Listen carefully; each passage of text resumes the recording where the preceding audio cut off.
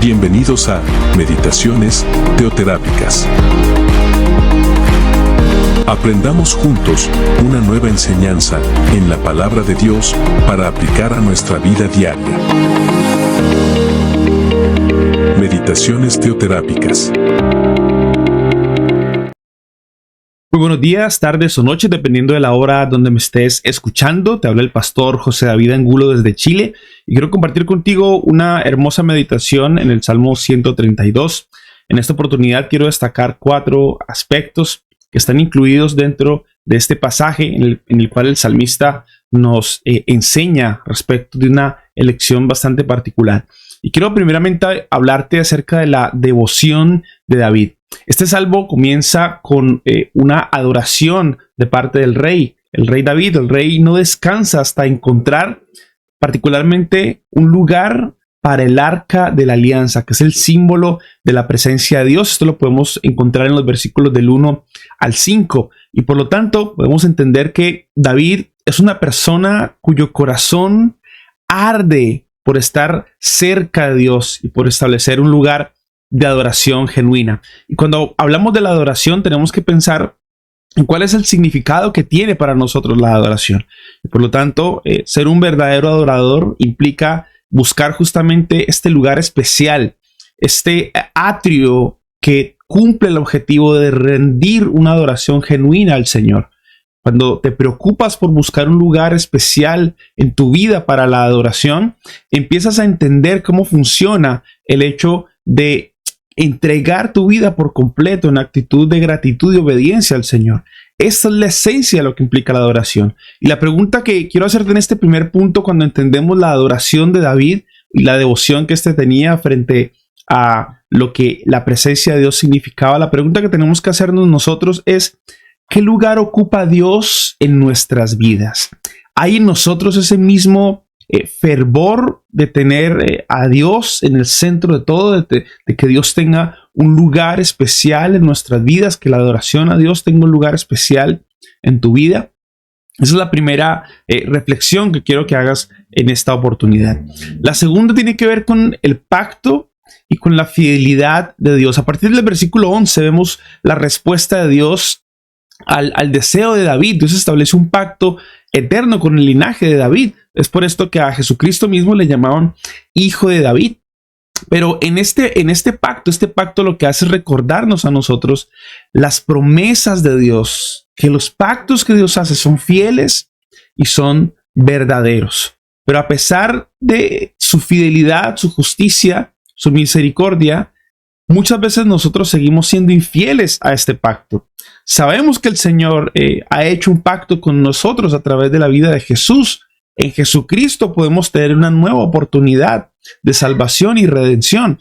Pero este pacto tiene que ver con nuestra actitud hacia lo que somos ahora en Jesús.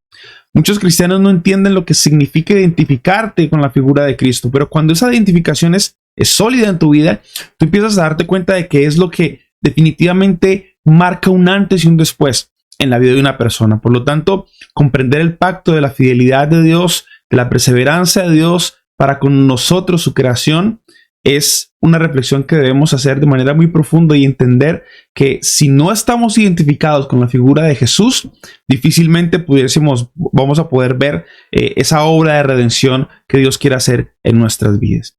En tercer punto, quiero hablarte acerca de la presencia de Dios en Sión, tierra santa, el lugar sagrado, el lugar que Él ha apartado para sí. Los versículos del 13 al 18, el salmista declara la elección de este pueblo llamado Sión como su morada. Podemos leer literalmente: este es mi reposo para siempre. Dice aquí en estos versículos, dice: aquí habitaré porque la he deseado, como dice el versículo 14. Por lo tanto, debemos entender que Dios se complace en habitar en medio de su pueblo. La palabra tabernáculo significa justamente habitación. Entonces, cuando leemos que Dios justamente quiso hacer tabernáculo, es justamente afirmar que Él quiere venir a morar, quiere venir a habitar en medio de nosotros. Y ese es un principio que se encuentra desde el Génesis hasta el Apocalipsis. Vemos el deseo de Dios de querer morar, de querer habitar en medio de un pueblo que Él ha reclamado como suyo. Y lo vemos en los diferentes momentos que tiene la historia de la Biblia. Lo vemos en el Génesis, en el Edén, vemos la presencia del Señor allí. Luego después lo vemos a través de la figura del tabernáculo, a través de justamente todo lo que implicaba esta posición en medio del pueblo, donde justamente el pueblo de Israel acampaba. Todo este proceso sacrificial hace parte del hecho de que Dios nos está mostrando su deseo. ¿Y cuál es su deseo? Pues habitar, morar en medio de un pueblo que Él ha reclamado como suyo. Y por lo tanto, la presencia de Dios siempre debe y deberá estar con nosotros en la medida que tú reconozcas el señorío de Cristo sobre tu vida. Y ahí es donde se cumple la promesa. Cuando comprendemos que la presencia del Señor, que el Señor anhela habitar en medio de nosotros, habitar en medio de su pueblo, podemos estar mucho más confiados y seguros en que su presencia no nos abandonará, no nos descuidará y no nos dejará desamparados, sino que siempre podremos contar con su presencia en medio de nosotros.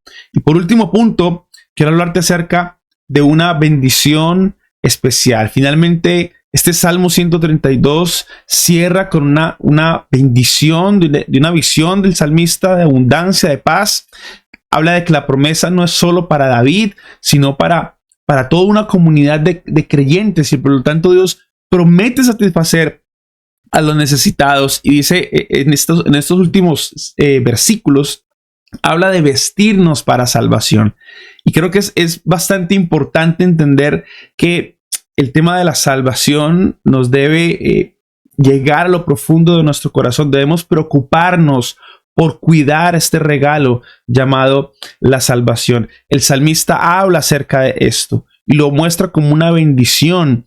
Habla de la importancia de bendecir a los demás, de recordarles también que esa presencia puede llegar a ellos también. Recordemos que en Cristo el pacto de Dios es seguro, el pacto de Dios es eterno, su amor permanece para siempre y podemos estar confiados en que ni la vida ni la muerte, ni lo presente ni lo porvenir, ni ángeles ni potestades, ni principados, nada nos podrá separar de ese amor.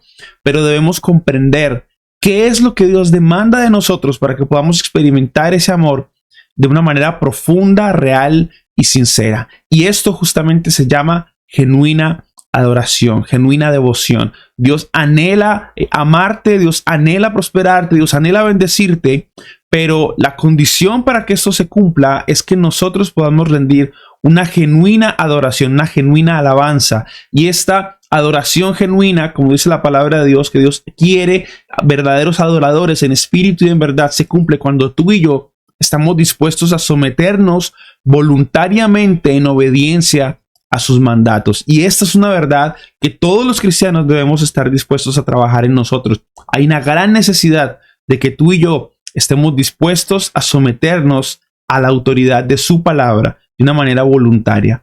Esto agrada al Señor y esto es lo que mueve el corazón del Señor. No son las cosas, porque no es por gracia que somos salvos, no es por obras que somos salvos, es a través de la gracia.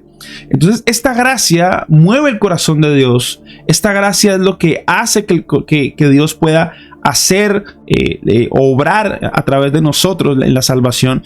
Pero para poder desarrollar justamente este regalo inmerecido llamado la salvación, es necesario que exista el sometimiento profundo a su palabra.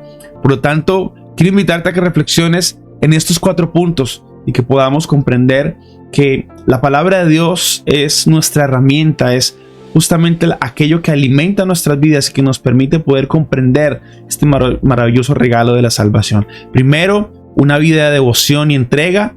Segundo, Dios que hace pacto con nosotros a través de Jesús y muestra una enorme fidelidad al haber entregado a su Hijo en la cruz, que la presencia del Señor habita con nosotros y es su presencia la que nos ayuda a seguir adelante y luchar contra el pecado, y que el regalo inmerecido de la salvación es para todos. Todos tenemos la oportunidad de venir a la salvación y poder bendecir a otros también a través de este enorme regalo de la salvación. Así que quiero invitarte a que oremos y que le demos gracias a Dios, porque cuando reflexionamos en su palabra podemos entender sus planes y sus propósitos para nosotros. Padre, quiero darte gracias por cada una de las personas que están viendo esta meditación y te pido que seas tú llevándoles a comprender este hermoso regalo de la salvación, este regalo de la fidelidad, de tu amor, de tu gracia inmerecida derramada en la cruz por nosotros, que podamos cada día de manera voluntaria someternos a tus mandamientos, someternos a tu palabra y fruto de ello poder ver en nuestras vidas esa vida próspera, esa vida con sentido, con felicidad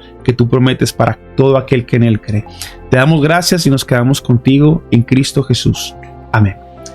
Amén. Si esta meditación ha sido de bendición para tu vida, te invito a que la compartas en tus redes sociales, con tus amigos y con tus familiares. Te mando un fuerte abrazo desde Chile y que Dios te bendiga. Chao, chao.